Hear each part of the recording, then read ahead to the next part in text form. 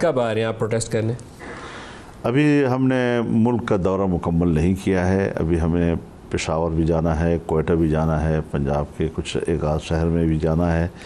تو اس طریقے سے رمضان شریف کے بعد ہم اس کو مکمل کرنے کے بعد تو شاید میرا خیال یہ ہے کہ جو صورتحال اس حد تک بدلتی چلی جا رہی ہے, مجھے نہیں لگتا کہ اسلام آباد آنے کی ضرورت پڑے گی. لیکن یہ ہے کہ اگر پڑتی ہے تو انشاءاللہ اسلام آباد بلاک ہو جائے گا مکمل, اور لاک اپ ہوگا یہاں پر. لاک ڈاؤن کرنے کی عمران خان نے کوشش کی تھی, چودھری نثار نے جس طریقے سے مینج کیا تھا. ہمیں ان پہ آپ کو اس سے پہلے روک لیں گے؟ ہمیں ان پہ قیاس نہ کریں جی. اچھا, اگر ہمیں روکیں گے تو پورے ملک کو لاک کر دیں گے جی, پورا ملک لاک ہو جائے گا جی. پرائم منسٹر نے تو دعوت دی ہے, وہ کہتے ہیں میں کنٹینر دیتا ہوں, آ کے بیٹھ جائیں. چھوڑے تو گپ شپ کی بات. چیلنج کریں انہیں, پھر آپ کے لیے کنٹینر لگائیں ایک ڈی چوک میں. کنٹینر وہ کیوں لگائے گا جی, ہم خود لگائیں گے جی. اپنا کنٹینر ساتھ لے کر آئیں گے, اللہ سے لے گئے انشاءاللہ. تو پھر ڈی چوک میں کب تیاری کریں آپ کا انٹرویو؟ بس انٹرویو کیا ہوگا, بڑا انٹرویو ہوگا انشاءاللہ سے. کلوزنگ ریمارکس, تھوڑا سا سیاسی نظام کے حوالے سے چلتا پھلتا پھولتا نظر آتا ہے کہ آپ کو کوئی خطرات نظر آتے ہیں اس وقت؟ ہم جس کو کہتے ہیں ترقی معکوس, کہ ہمارا ملک ڈوب رہا ہے, ہماری ملک کی اکانومی ڈوب رہی ہے, فائنینشلی ہم بالکل نیچے جا رہے ہیں. اور سیاست ہمیشہ, آپ کی جمہوریت ہو, آپ کی پارلیمنٹ ہو, وہ عوام کی خوشحالی سے وابستہ ہوتی ہے.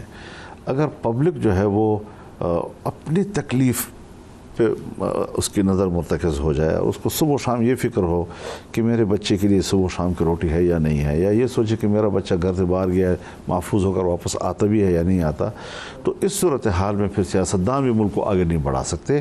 آپ کو عام آدمی کو تحفظ دینا ہوگا, اس کے اعتماد کو بحال کرنا ہوگا. اور جو اعتماد پبلک کا ان 5-6 مہینوں میں تباہ ہوا ہے, شاید پاکستان کی تاریخ میں ایسا کسی دور میں تباہ ہوا ہو. کچھ چیزیں انیویٹیبل ہو جاتی ہیں. 6 روپے انہوں نے پٹرول اور ڈیزل کی, مٹی کے تیل کی قیمت 3 روپے بڑھا دی ہے, اس سے لوگوں کی تکلیف میں بہت اضافہ ہوا ہے.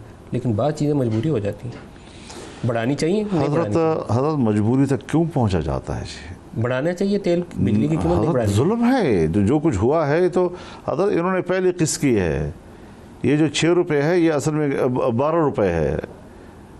وہ ڈیزل والی 17 روپے ہے جو تجویز پیش ہوئی ہے. انہوں نے قوم پر مہربانی کی ہے کہ ہم نے جو دیکھیے 12 روپے کی تھی تو ہم نے 6 روپے کر دی, اور 17 روپے کی تو ہم نے 7 روپے کر دی. تو یہ چیزیں جو ہیں یہ ملک کو اس وقت انتہائی, اور پھر اگلی حکمران جب آئے گا, کوئی اگلا حکمران جب آئے گا, وہ اس کو اٹھائے گا کیسے؟ ملبہ تو بالکل زمین پر ہوگا. سر وہ کہتے ہیں نا, موت سے ڈرا کے بخار پہ بنا لیا. انہوں نے وہی کیا ہے, انہوں نے کہا 17 بڑھانی تھی 6 بڑھائی ہے. نہیں, وہ تو پبلک کا رد عمل یقیناً 6 پہ بھی آئے گا جی, وہ بھی آیا ہے ان کا. اور آج تو لوگ مذاق اڑا رہے ہیں, قسم قسم کی باتیں کر رہے ہیں.